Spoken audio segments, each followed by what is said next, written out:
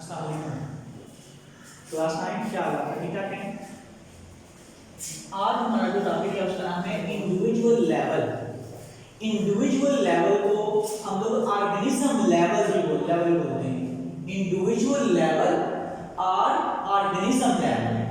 Individual level में क्या होता है कि different organs and organ system, different organs and organ systems दोनों ही मिलके कोऑर्डिनेटेड होते हैं, उनको ऑर्गेनाइज किया जाता है और एक ऑर्गेनिज्म बना देते हैं, जानदार बना देते हैं, जिसे इंडिविजुअल लेवल बोल सकते हैं।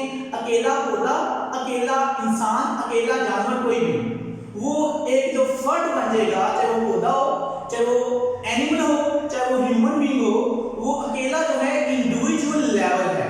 इसके अंदर मुख्तलिफ ऑर्गन्स और ऑर्गन सिस्टम्स को ऑर्गेनाइज किया जाता है। अब हम देखते हैं इसकी डेफिनेशन को। Different organs and organ systems, मुख्तलिफ ऑर्गन्स एंड ऑर्गन सिस्टम्स दोनों आर ऑर्गेनाइज्ड टुगेदर, इनको इकट्ठे ऑर्गेनाइज किया जाता है to form an individual organism, और एक इंडिविजुअल ऑर्गेनिज्म बनाते हैं। एक जानदार, एक फर्द बन जाता है।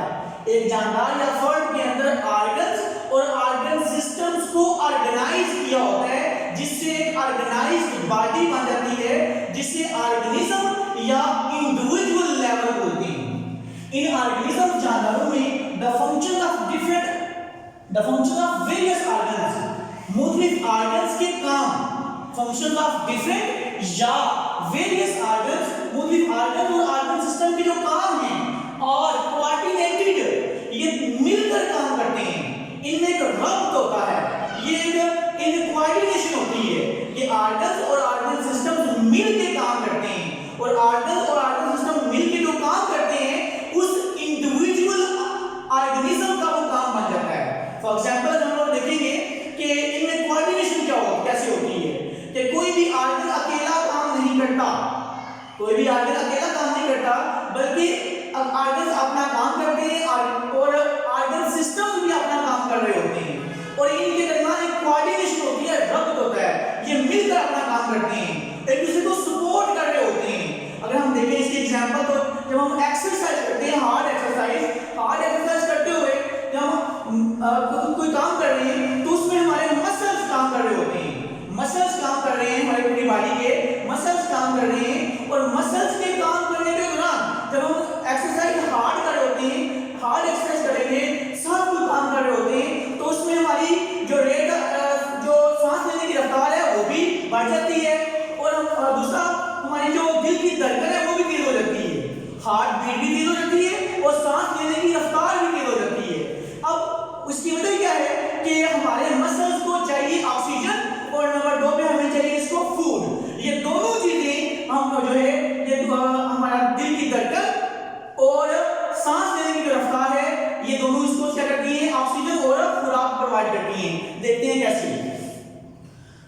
ड्यूरिंग एक्सरसाइज के दौरान नॉट ओनली आवर मसल्स, ना सिर्फ हमारे मसल्स आर वर्किंग, ना सिर्फ हमारे मसल्स काम करते हैं, बट आल्सो इंक्रीज, काम मसल्स कर रहे हैं, लेकिन इंक्रीज किसमें हो रहा है, in the rate of respiration के अंदर रेस्पिरेशन की रफ्तार में, रेस्पिरेशन की रफ्तार में, सांस लेने की रफ्तार में इजाफा होता है, एंड हार्ट बीट और दिल की धड़कन भी इसके अंदर भी इजाफा होता है।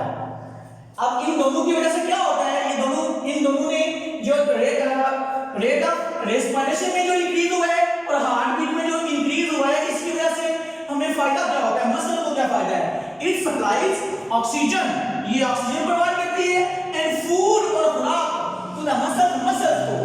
अब इन दोनों की वजह से रेस्पिरेशन और हार्ट बीट की रफ्तार में इजाफे की वजह से ऑक्सीजन और खुराक मसल को पहुंचाई जाती है, which they need for continuous work, जिन्होंने लगातार काम करना होता है।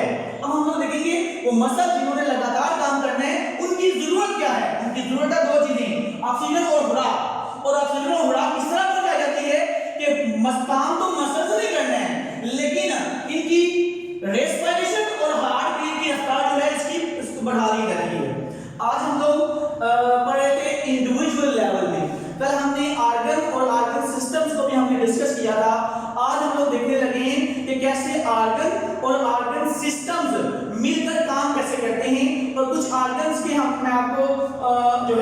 फंक्शन भी बताऊंगा कि कैसे वो ऑर्गन सिस्टम के साथ ऑर्गन सिस्टम्स के साथ कैसे मिलकर काम करते हैं। देखते हैं ये हमारा जो पार्ट है इनको हम लोग बोलते हैं लंग्स। ये अंदर जो आपको ये वाला पार्ट नजर आ रहा है, लंग्स के दरमियान में होता है हार्ट, दिल होता है। लंग्स कहते हैं फेफड़ों को, हार्ट कहते हैं दिल को। ये नीचे आपको लिवर नजर आ रहा है, जिगर बोलते हैं इसको, इसी को कलेजी भी बोलते हैं। ये नीचे इसका आपको स्टमक नजर आ रहा है जिसे मैदा बोलते हैं। स्टमक के बाद आगे जाते हैं स्मॉल इंटेस्टाइन। ये जो आपको पार्ट नजर आ रहा है ये स्मॉल इंटेस्टाइन है। स्मॉल इंटेस्टाइन जुड़ी हुई है लार्ज इंटेस्टाइन के साथ, इसके साथ। ये डिफरेंट ऑर्गन्स हैं इस तरह। अब हम लोग थोड़ा सा इनको एक्सप्लेन करने लगे डाइजेस्टिव सिस्टम को, ऑर्गन्स को देखा। अब डाइजेस्टिव सिस्टम के ऑर्गन्स कैसे मिलकर काम करते हैं इनको हम लोग देखने लगे।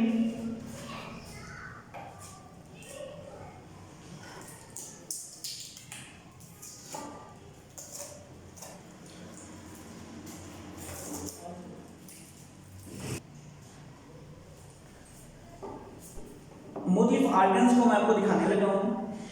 ये हमारे पास लंग है, इसके बाद ये आपको इस हार्ट नजर आ रहा है, इसके ऊपर ये आपको दूसरा लंग है।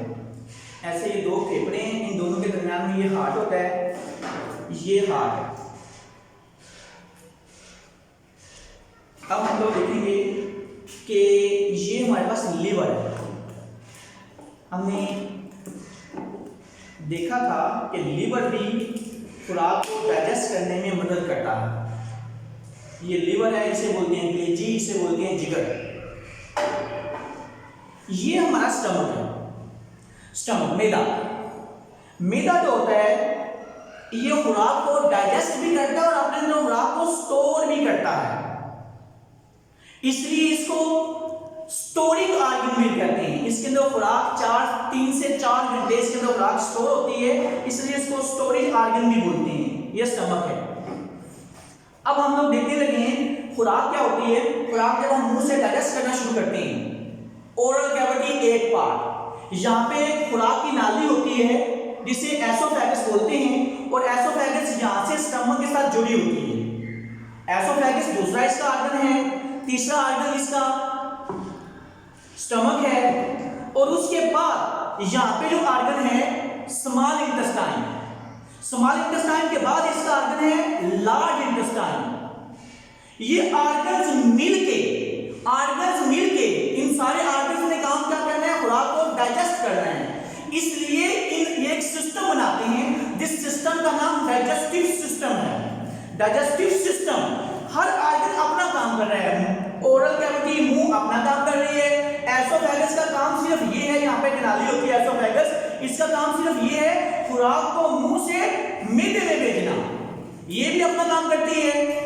स्टमक भी अपना काम करता है, स्मॉल इंटेस्टाइन भी अपना काम करती है, लार्ज इंटेस्टाइन भी अपना काम करता है। ये तमाम ऑर्गन्स अपना अपना काम कर रहे हैं, तमाम ऑर्गन्स अपना अपना काम करते हैं, और इन तमाम ऑर्गन्स का जो काम है वो ऑर्गन सिस्टम का काम बन जाता है। आज हमने देखा जैसे जो डाइजेस्टिव सिस्टम है एक, इसी तरह हमारे जिस्म के अंदर नर्वस सिस्टम है, उसके पास भी उसके ऑर्गन्स भी अपना अपना काम करते हैं। इसी तरह हमारे पास रेस्पिरेटरी सिस्टम है, उसके ऑर्गन्स भी अपना अपना काम करते हैं। इस तरह हमारे पास एक यूरिनरी सिस्टम या एक्सक्रीटरी सिस्टम है, वो भी अपने अपने काम, उसके ऑर्गन्स भी अपना अपना काम करते हैं। तमाम ऑर्गन्स और तमाम ऑर्गन सिस्टम्स अपना अपना काम करते हैं, और तमाम ऑर्गन्स और ऑर्गन सिस्टम का जो काम होता है ये इस इंडिविजुअल या ऑर्गेनिज्म का काम बन जाता है। तमाम ऑर्गन्स और ऑर्गन सिस्टम का जो काम होता है वो इस इंडिविजुअल का काम बन जाता है, क्योंकि तमाम ऑर्गन्स को और ऑर्गन सिस्टम्स को ऑर्गेनाइज किया होता है। इसके अंदर ऑर्गेनाइज